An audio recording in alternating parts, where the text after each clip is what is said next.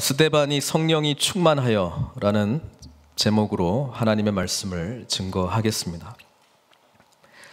2주 전에 우리가 사도행전 6장을 보면서 성령의 은혜 속에서 교회가 지속적으로 성장하고 있는데 성장이라고 하는 것은 또 다른 문제들을 또 만들어내고 있다라고 하는 것을 보게 됩니다. 그래서 교회는 항상 문제가 있기는 있는데요, 이것이 하나님의 눈으로 보면은 더 성숙할 수 있는 기회가 되는 것이고요, 인간적인 생각으로 문제를 그냥 문제로 보기 시작하면 그 문제를 해결하기 위해서 노력은 하지만 결국은 또 다른 문제를 만드는 그런 결과를 보게 됩니다. 그래서 우리는 늘 교회를 바라볼 때 그리스도의 몸으로서의 공동체가 어떻게 하나님의 뜻 가운데 세워져 나가는가, 그러니까 그 시각을 놓치게 되면 인간적인 접근을 할 가능성이 많이 있고, 인간적인 접근을 통해서는 늘 또 다른 문제를 만들게 된다는 사실을 기억했으면 좋겠습니다.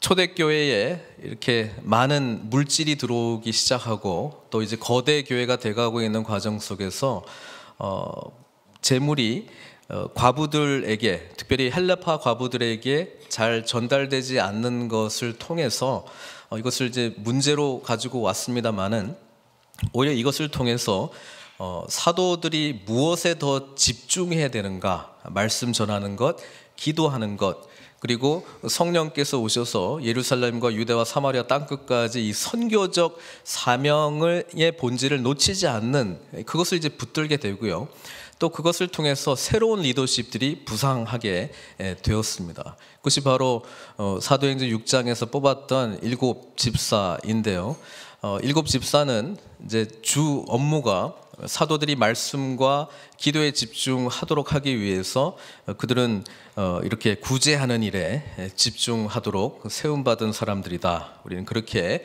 성경을 통해서 알게 되었습니다. 그 중에 한 사람, 7 집사 중에서 오늘은 스데반에 대한 이야기를 좀 집중적으로 보려고 하는데요, 유독 스데반에 대해서는 좀 특별한 그 수식어가 붙게 됩니다. 먼저 스데반에게 해당되는 표현이 뭐냐면은 믿음과 성령이 충만한 사람이다. 그리고 오늘 설교 제목도 본문에 나오는 내용인데, 스데반이 성령이 충만하여. 그러니까 스데반은 뽑힐 때도 성령 충만한 모습으로, 그리고 오늘 7장에 나오는 이 스데반의 설교를 처음이자 마지막으로 하고 또 성령이 충만한 모습으로 생을 마감하는 첫 번째 순교자가 되는 것을 우리는 보게 됩니다. 그래서 스데반은 처음부터 끝까지 성령 충만한 삶을 살았다. 우리는 그렇게 스데반에 대해서 이해를 하면 될 것 같고요. 또 사도행전 6장 8절에 스데반이 구제하는 일만 한 것이 아니고 보면은 스데반이 은혜와 권능이 충만하여 큰 기사와 표적을 민간에 행하니, 이렇게 기록되어 있습니다. 그래서 스데반은 자신이 맡은 일을 뛰어넘어 하나님 나라 사역을 감당했다라고 성경은 기록하고 있습니다. 그러니까 너는 사도가 아닌데 왜 민간에 기적과 표적을 행하냐, 이게 아니고요, 성령 충만하면 성령 충만한 대로 성령님께서 이끄시는 일이 있다는 거예요. 근데 스데반을 통해서, 스데반 집사를 통해서 민간에 이적과 표적을 행했을 뿐 아니라 스데반은 그들에게 하나님 나라의 말씀을 전했다는 거예요. 그러니까 어떻게 보면은 사도들만 이 했던 일이라기보다는 사도들이 행했던 말씀 사역도 스데반 집사가 했다는 것을 성경은 이야기하고 있습니다. 교회는 어떻게 우리가 합력해서 한 마음으로 하나님의 몸된 공동체를 이루어 갈 것인가, 어떻게 성령께서 역사하실 수 있도록 우리가 그 리더십을 어떻게 잘 세워갈까, 그렇게 세워가다 보면 우리는 함께 주의 일에 쓰임받게 된다는 것을 성경은 분명하게 이야기해주고 있습니다. 스데반이 민간의 표적과 기적을 행할 때 어떤 사도도 와서 너는 집사인데 왜 이런 거 하냐, 그렇게 말한 사람이 없고요, 말씀 전할 때도 누가 와서 우리 말씀과 기도는 우리가 전무하는 일인데 너가 왜 우리의 영역에 침범하느냐, 이렇게 한 적이 없습니다. 초대교회가 하나님 앞에 온전한 그 기능을 잘 행해 나갈 수 있도록, 또 곳곳에서 이 선교적 비전에 함께 동참했다라고 하는 것을 우리는 보게 되는 것입니다. 어쨌든 스데반이 이 말씀 전하는 것을 굉장히 잘했다고 사도행전 6장에 나오고 있습니다. 종교 지도자들이 막 공격을 하는데 너무 지혜가 충만하니까 이 반박을 못할 정도로 스데반이 말씀을 잘 전했습니다. 그러다 보니까 이 스데반에 대해서 질투도 하고 화가 나기 시작하는 것이죠. 그래서 이들은 스데반을 이렇게 죄를 뒤집어 씌운 거예요. 예수님처럼요. 그게 사도행전 6장 13절 14절에 나와 있습니다. 거짓 증인들을 세웠습니다. 그러면서 이렇게 말합니다. 이 사람이 이 거룩한 것은 성전이죠. 성전과 율법을 거슬러 말하기를 마지 아니하는도다. 예, 성전을 모독했고 율법을 모독했다. 이것은 예수님에게 뒤집어 쓰인 죄명하고 똑같은 거죠. 그럴 수밖에 없는 게 14절에 예수님이 전했던 말씀을 스데반이 그대로 전했거든요. 그러니까 그들은 뭐라고 이야기하냐면 14절에 그의 말에 이 나사렛 예수가 이것을 헐고 또 모세가 우리에게 전하여 준 규례를 고치겠다 함을 우리가 들었노라. 자, 이곳이라고 하는 것은 성전이죠. 예수님은 성전을 모독했다는 죄목 때문에 나중에 이 대제사장들과 서기관들과 종교 지도자들이 예수님을 죽여야 된다 뭐 이렇게 이야기를 했잖아요. 근데 그게 어디서 나왔냐면은 예수님이 이렇게 말했어요. 이 성전을 헐라 내가 3일 만에 다시 세울 것이다. 그러니까 이 성전을 파괴하러 오신 분이시다. 파괴로 온 사람이다 이렇게 이야기를 하고, 예수님하고 이 종교 지도자들하고 늘 갈등이 있었던 건 뭐냐면 예수님이 안식일 규례를 자기들의 전통대로 안 지키는 거예요. 그렇죠? 제자들이 막 이삭을 주워 먹기도 하고 안식일에 막 치유하기도 하고, 그러니까 거슬리는 거예요. 그러니까 자기들이 알고 지켜왔던 대로 예수님이 안 하니까 율법을 뜯어 고치는 사람이다, 모세 율법대로 지키지 않는 사람이다라고 하니 죄명을 씌웠는데 스데반도 똑같은 죄명을 씌웠습니다. 그러고 나서 사도행전 7장은 대부분이 이제 스데반의 설교로 되어 있습니다. 너무 길어서 다 하기는 좀 그렇고요. 제가 마지막 부분, 이제 결론 부분, 결국 스데반이 이스라엘의 역사를 쭉 이야기를 하면서 결론적으로 하고 싶었던 말이 있었거든요. 그건 뭐냐면 니네들이 우리 조상들하고 똑같이 계속해서 하나님의 말씀에 거역하는 자로, 반역자로 살아왔는데 너희들이 바로 그런 자다라고 하는 이야기를 하게 됩니다. 그래서 사도행전 7장에 나오는 스데반의 설교를 쭉 읽어보면 아브라함부터 해서 요셉, 모세, 그 다음에 뭐 여호수아, 다윗과 솔로몬까지의 이야기가 쭉 기록이 되어 있는데요.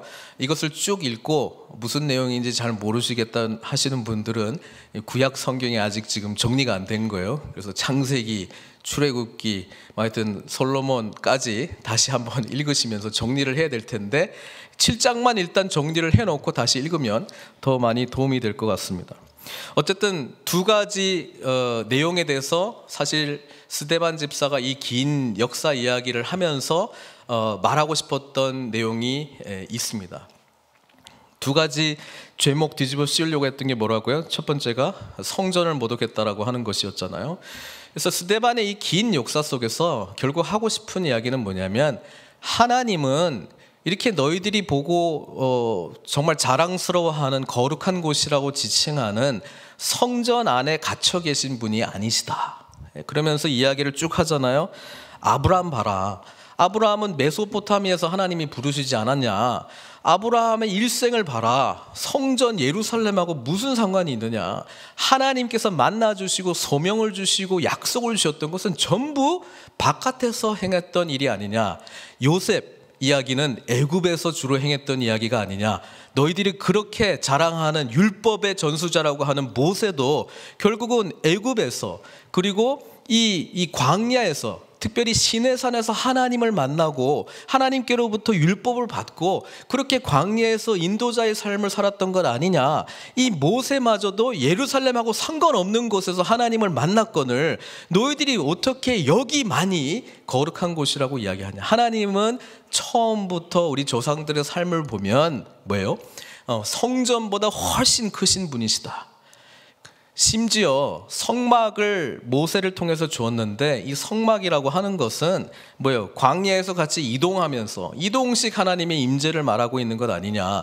그렇게 사랑했던 다윗도 성전을 짓고 싶었지만 다윗도 성전을 만들지 못했다. 그의 아들 솔로몬이 결국은 지었는데 솔로몬마저도 솔로몬의 기도를 특별히 보면은 내가 만든 이 전이 어떻게 하나님을 감당할 수 있겠습니까? 라고 말할 정도로 그렇게 표현을 했고, 이 7장에 보면은 이사야 선지자의 말씀을 인용을 합니다. 이사야 선지자의 말씀 66장 1절 2절인데요. 사도행전에서는 49절에서 50절에 이야기하죠. 주께서 이르시되 하늘은 나의 보좌요 땅은 나의 발등상이니 너희가 나를 위하여 무슨 집을 짓겠으며 나의 안식할 초소가 어디냐? 이 모든 것이 다 내 손으로 지은 것이 아니냐 함과 같으니라. 그러니까 결국 하고 싶은 이야기는 뭐냐면 하나님은 이렇게 성전 안에 갇혀 있는 분이 아니시다. 그 이야기를 역사 이야기를 하면서 쭉 했고요. 두 번째는 뭐냐면 네가 스데반 집사가 모세의 율법을 지키지 않는다라고 하는 이야기를 했는데, 스데반 집사는 이스라엘의 역사를 쭉 이야기하면서 이때까지 너희 조상들 중에서 제대로 율법, 말씀을 지킨 인간이 어디 있느냐, 전부 불순종의 역사 아니냐, 그런 이야기를 하고 있는 거예요. 심지어 예수 그리스도를 예표했던 요셉을 너희 나머지 지파를 대표하는 그 형님들이 다 대적했던 것 아니냐. 모세는 하나님의 천사로부터 율법을 받은 자였는데 너희가 항상 그 율법을 거스르지 않았느냐. 목이 곧은 너희들아. 그런 이제 논리를 펴고 있는 거예요. 그래서 51절부터 결론적으로 하고 싶었던 이야기가 이거죠. 목이 곧고 마음과 귀에 할례를 받지 못한 사람들아, 너희도 너희 조상과 같이 항상 성령을 거스르는도다. 너희가 이 우리의 역사의 산 증인들인데 불순종의 자녀들이다.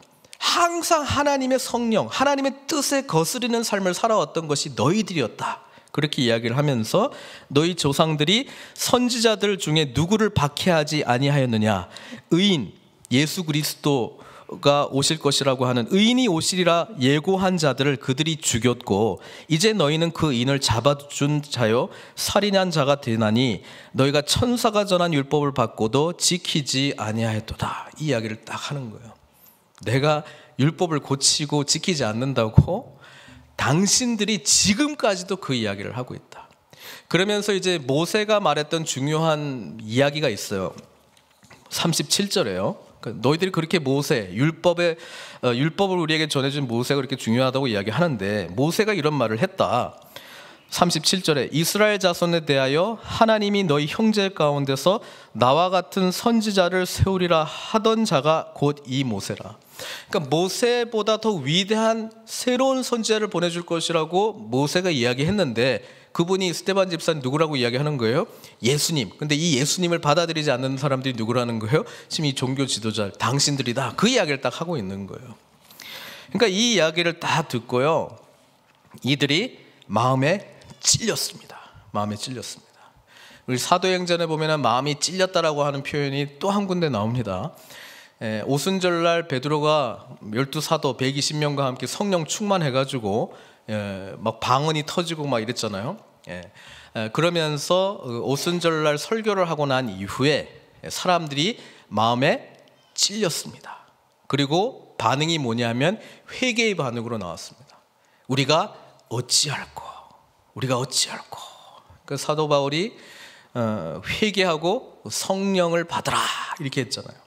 그래서 믿게 된 반응이 있다면 여기서는 듣고 마음에 찔려, 여기서 찔리다라고 하는 표현이 한글로는 똑같습니다만 단어는 좀 틀려요. 여기서 말하는 단어는 갈기갈기 마음이 찢어져가지고 분노가 일어나는 상태를 말하고 있습니다. 여러분, 복음이 전해질 때요 참 재밌어요. 어떤 사람은 회개의 영이 임해가지고 회개하기도 하지만 어떤 사람들은 이 복음의 메시지를 딱 전했는데 어떻게 반응하는 거예요? 분노로 이를 갈고 죽여야 돼 이런 반응이 나타나는 사람들도 있는 것을 보게 됩니다. 스데반은 바로 이런 상황 가운데에 복음에 대한 중요한 메시지를 전하는 첫 번째 순교자가 되었습니다. 어떤 의미냐면은 예수 그리스도의 진리를 전한다라고 하는 것이 때로는 사도 바울처럼, 아니 베드로처럼, 아직 사도 바울은 나오지 않았으니까요, 3,000명이 회개하고 5천 명이 회개하는 역사도 나올 수 있습니다만은 스데반처럼 뭐예요? 성경에 한 번 딱 설교하고 인생 끝나는 거예요. 여러분, 우리는 이것을 실패라고 과연 말할 수 있겠습니까? 뭔가 인생이 참 불행하다 이렇게 말할 수 있었을까요? 하나님의 관점에서는요, 모두 다 필요한 사람들이었고 필요한 과정이었다라고 하는 것을 우리는 믿음으로 받아들여야 된다는 거예요. 여러분, 믿는 자에게는 순종이 성공입니다. 하나님의 뜻을 분별하고 그 뜻에 순종하는 것이 곧 성공입니다. 결과가 아무 회심자가 없어요. 오늘 본문 보면은요, 영명이 회심합니다. 그리고 스데반은 돌 맞아 죽습니다. 그러나 하나님은 이것을 굉장히 귀하게 보셨다라고 하는 것을 우리는 기억할 필요가 있습니다. 여러분, 스데반의 반응입니다. 그들이 스데반을 향해서 이를 갈고 있는데 분노를 바라보면서 스데반은 뭘 바라보느냐? 55절이 굉장히 중요한데요. 스데반이 어떻다고요? 성령이 충만하여. 여러분, 우리는 어려운 일이 생길 때, 고난이 찾아올 때 성령 충만한 반응을 늘 보여야 되는 거예요. 근데 그 성령 충만한 반응이 뭔지 계속 설명을 잘 해주고 있어요. 성령이 충만하여 어디를 바라본다고요? 하늘을 우러러 주목하여. 여러분, 우리 믿는 자들은요, 문제를 직시를 하고 문제를 파악을 하는 것도 필요한데요, 거기에 너무 이렇게 매몰될 필요는 없어요. 우리는 항상 우리가 속해 있는 곳이 어디인가를 바라봐야 돼요. 위의 것을 삼아갖고 위의 것을 바라봐야 돼요. 하늘의 눈을 돌려야 된다는 거예요. 하나님을 바라봐야 된다는 거예요. 하나님을 주목해야 된다는 거예요. 이거를 못 보면은 뭐만 보이는 거예요? 문제만 보이는 거예요. 어려운 상황만 보이는 거예요. 그리고 보면 볼수록 더 커져요. 믿는 자는 하나님을 볼 수 있는 눈이 필요하다라고 하는 것이고, 성령 충만할 때 가능하다는 것입니다. 네. 하나님의 영광과 하늘을 우러러 보는데요, 뭐가 보이냐면 하나님의 영광이 보여요. 하나님의 영광이 보입니다. 여러분, 하나님을 바라보면서 하나님의 영광을 정말 맛본 사람은요, 이 세상에 뭐 좋은 것 아무리 갖다 줘도 끄떡하지 않는 거예요. 하나님의 영광과 비교할 수 있는 것은 없기 때문에 그렇습니다. 여러분, 우리가 흔들리는 이유가 뭔지 아세요? 하나님의 영광을 맛을 못 봤기 때문에 그러는 거예요. 그러니까 세상에 이게 찾아오면 아유 두렵고, 이게 찾아오면 아유 좋고, 그냥 뭐 좋고 나쁨이 그냥 순전히 이 세상의 것에 잡혀 있는 것이죠. 우리 믿는 자, 하나님의 성령으로 충만한 자는 하나님의 영광을 맛볼 때에 세상에 어떤 것 갖다 줘도 게임이 안 될 정도로 하나님의 영광이 전부다라고 고백해야 될 줄 믿습니다. 이것을 진짜 깨달은 자가 시편 23편 1절을 고백할 수 있는 거예요. 여호와는 나의 목자시니 내가 부족함이 없으리로다. The Lord is my shepherd, I shall not want. 이렇게 돼 있어요. 원하는 게 없대요. 왜? 하나님을 맛보니까 나의 모든 부족한 부분이 다 채워졌기 때문에 그렇습니다. 여러분, 우리 인간은요, 항상 뭔가 부족해요. 영적으로 하나님과 깨진 존재이기 때문에 하나님과 충분한 교제, 영적 교류, 영적인 그 무한하신 하나님의 은혜와 사랑을 경험해야 되는 그게 없으니까요, 이것을 충족하기 위해서 바둥바둥 노력을 하는 거예요. 쾌락을 쫓으면 얻을까? 인간적인 사랑을 쫓으면 얻을까? 재물을 찾으면 얻을까? 뭔가 사람들이 나를 존중해주면 그것을 채워줄까? 사람들은 다 쫓아다닙니다. 그래서 마치 그것을 얻으면 영원히 불변하는 만족감을 얻을 거라고 생각하는데, 다 구해보세요. 거기까지 가보세요. 거기까지 간 사람들하고 이야기해보세요. 여전히 갈급함이 있어요. 왜 그러신지 아십니까? 우리는 하나님의 형상으로 만든 피조물이기 때문에요, 하나님의 영이 깨져 있는 상황에서는 죄 때문에 절대로 영원한 만족감이 올 수가 없는 거예요. 그래서 이 죄의 문제, 영적으로 깨진 문제가 회복이 되면 내 자신과도 평화할 수 있고요, 이웃들과도 평화할 수 있고요, 세상과도 평화할 수 있습니다. 그리고 정말 하나님의 영광 가운데 살아가는 것이 내가 추구해야 될 삶이구나. 왜? 그 안에서 완전함을 경험하기 때문에 그렇습니다. 스데반 집사가요, 하늘을 주목하고 바라보니까 하나님의 영광을 봐요. 하나님의 영광이 보이고 그 옆에 뭐가 보여요? 예수께서 하나님 우편에 서신 것을 보고 이렇게 되어 있습니다. 여러분, 스데반 집사는 예수님이 육신의 그 공생의 기간 동안에 사역할 때 한 번도 주님을 본 적이 없습니다. 예수님을 믿게 된 것은 순전히 베드로 사도나 다른 사도들이 전한 메시지 때문에 아멘, 믿음으로 받은 거거든요. 그렇지만 예수 그리스도의 영이신 성령의 충만함은 경험을 했어요. 그래서 예수님이 통치하시는 그 은혜와 권능과 능력이 무엇인지를 경험을 했어요. 예수님이 하셨던 그 사역, 치유와 기적의 사역도 스데반은 경험을 했어요. 그러니까 하나님 나라 통치의 맛을 봤다 이 말입니다. 그래서 예수님을 딱 보는데요, 우리 주님께서 하나님 우편에 모든 권세를 받으신 왕으로 통치하고 계신데, 이분이 앉아 계신 게 아니고 일어서 계세요. 일어서 계신다라고 하는 것은 지금 스데반 집사를 향한, 이 땅을 향한 하나님의 놀라운 통치의 권능을 지금 발하시겠다는 거거든요. 그러니까 그걸 딱 보니까 스데반 집사가 두려움이 없어요.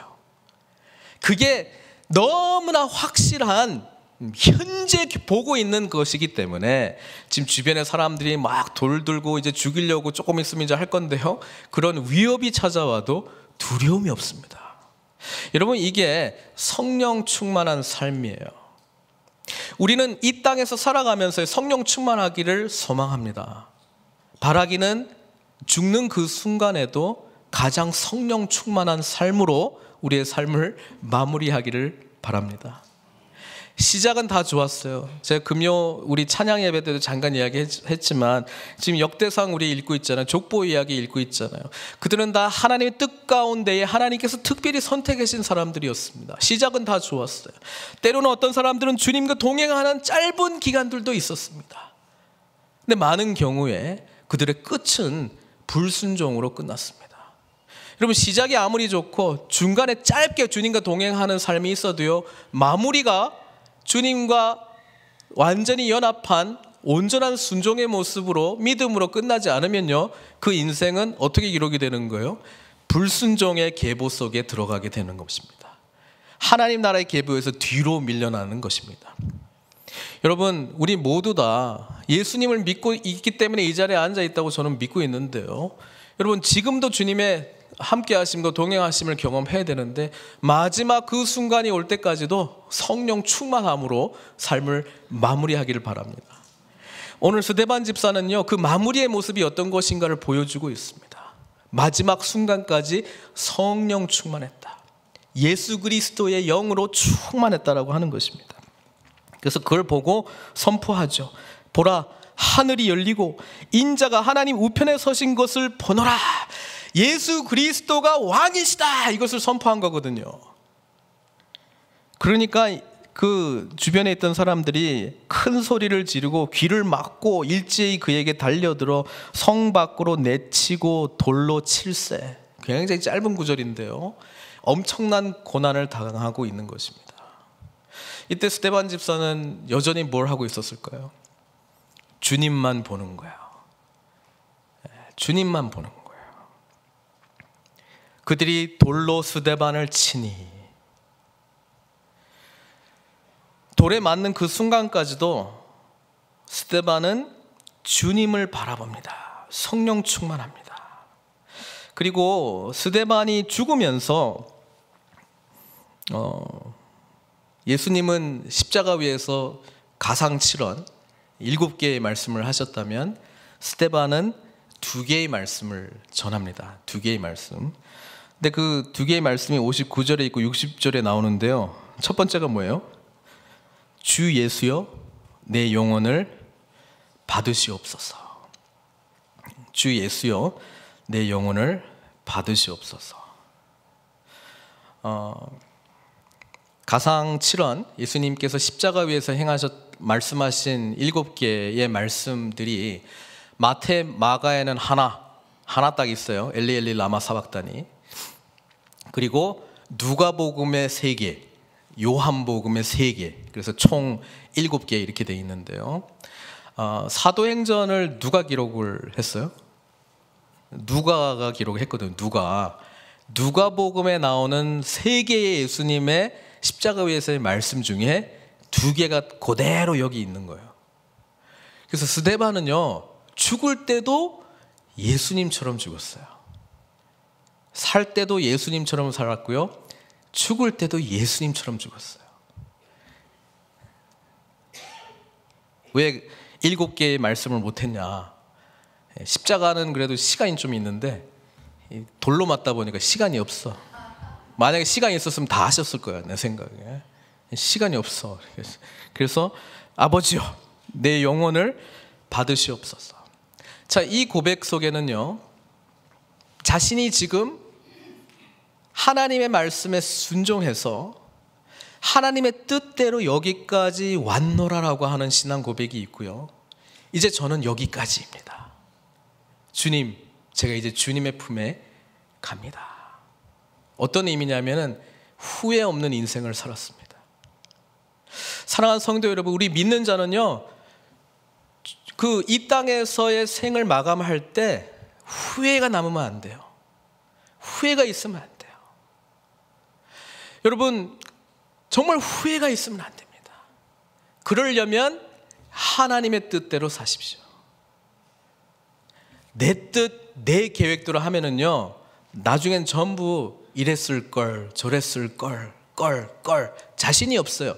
그게 좋은 판단인지 아니었는지, 그때 내가 이렇게 할까? 이렇게 했으면 어떻게 됐을까? 확신이 없어요. 하나님의 뜻대로 산 자만이 확신이 있어요. 그래서 예수님도, 스데반도 시간이 있었으면 하셨을 것 같아요. 다 이루었다, 내 영혼을 받으시옵소서 했을 것 같아요. 그리고 60절에 무릎을 꿇고 크게 불러 이르되 주여, 이 죄를 그들에게 돌리지 마옵소서. 야, 어떻게 용서의 기도를 할 수 있을까? 용서는 누가 할 수 있느냐? 정말 죽을 수밖에 없는 죄로부터 용서받은 자만이 용서할 수 있어요. 스데반은 자신의 죄가 얼마나 처절한가를 깨달은 자였고요, 그래서 예수 그리스도의 십자가에서의 죽으심과 부활의 의미를 온전히 알았고요, 성령 충만한 삶이 자신에게 얼마나 복된 삶인가를 알고 있었습니다. 그래서 성령 충만한 스데반 집사는 용서의 기도를 마지막 순간까지 전할 수 있었습니다. 여러분, 이 두 개의 말씀이 우리 주님께서 하셨던 말씀인데요, 한번 찾아볼게요.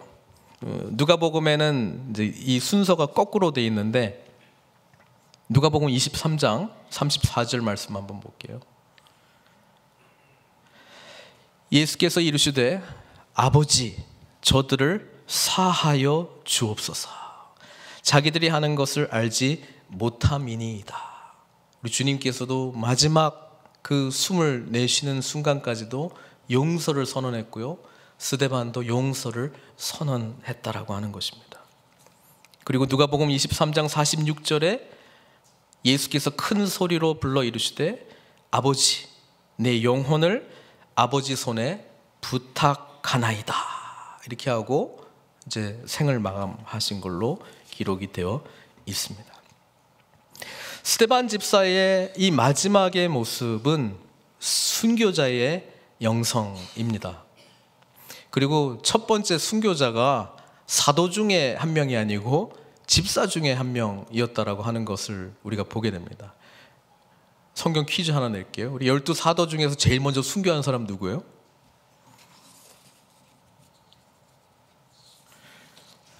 모르면 옆에 있는 장로님들한테 물어보세요. 아실 거예요. 예. 야고보 사도죠. 야고보 사도. 예. 사도행전, 처음 알았어요? 예. 사도행전 12장 1절 2절 보세요. 예. 사도행전 12장 1절 2절에 보면, 그때 헤롯 왕이 손을 들어 교회 중에서 몇 사람을 해하려 하여 요한의 형제 야고보를 칼로 죽이니, 이렇게 돼 있죠. 그래서 이때 12 사도 중에서 야고보 사도가 처음으로 이렇게 순교하게 돼요. 이때 칼로 빨리 죽였기 때문에 마지막 남긴 말씀은 없어요. 그렇죠? 우리 스데반 집사는 자신의 삶을 하나님 앞에 완전히 내어드립니다라고 하는 그 고백을 했는데요, 우리도 이 땅에서의 삶을 마감할 때 그 고백을 온전히 드렸으면 좋겠습니다. 그러려면 주님 뜻대로 사셔야 됩니다. 주님 뜻대로 완전히 사셔야 됩니다. 그리고 지금 그렇게 기도하셔야 됩니다. 이 고백, 저도 마지막에 저희 고백이 되게 해주십시오. 기도해야 됩니다. 그리고 또 하나는요, 성령 충만한 자의 삶은 늘 회복의 삶이거든요. 그러니까 내가 주님과의 관계 속에서 끼어졌다는 것을 인식하고 하나님과의 관계가 회복이 된 자입니다. 하나님과의 관계가 회복이 된 자는 나와 나 자신과의 관계가 회복이 됩니다. 예? 나는 이런 사람이 되어야 되는데 실제로 나는 이런 사람인데 이 갭이 점점 줄어든다는 거예요. 그리고 하나님 안에서의 나의 진짜 모습이 뭔지를 깨닫게 되는 거예요. 이게 회복이 되면 옆에 있는 사람과의 관계도 회복이 되기 시작합니다.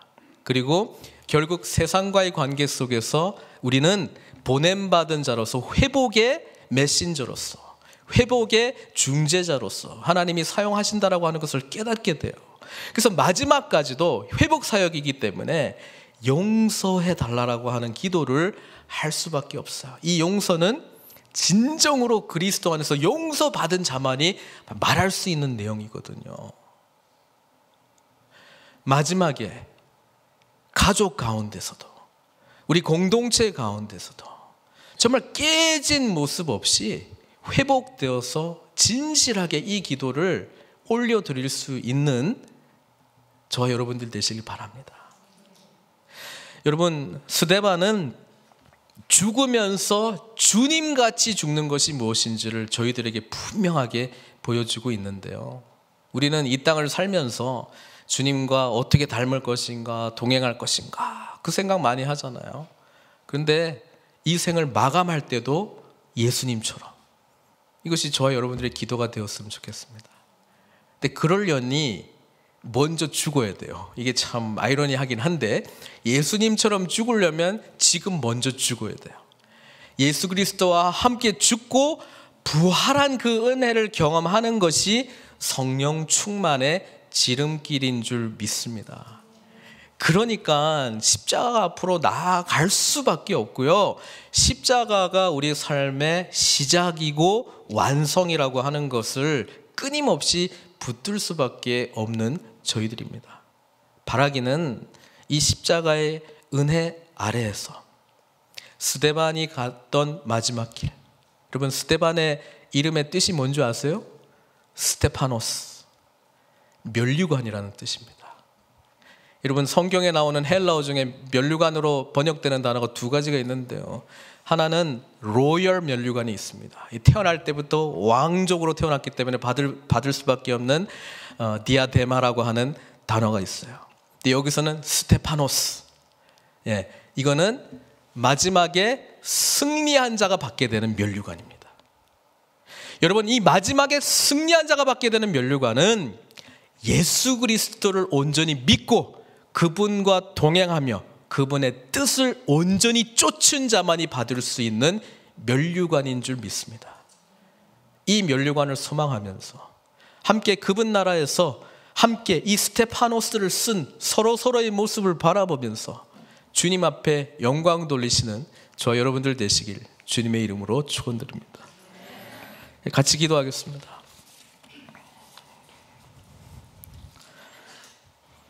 오늘 말씀 보면서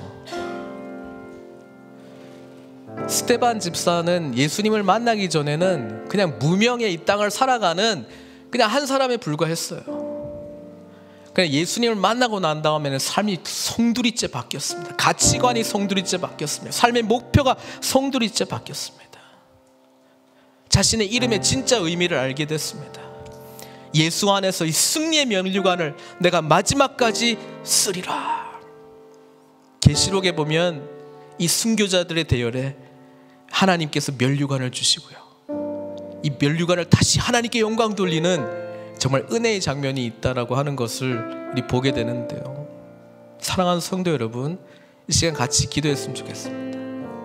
여러분, 끝까지 이 면류관을 쓰는 자로서, 끝까지 주님과 동행하는 자로서, 사나 죽으나 주의 것으로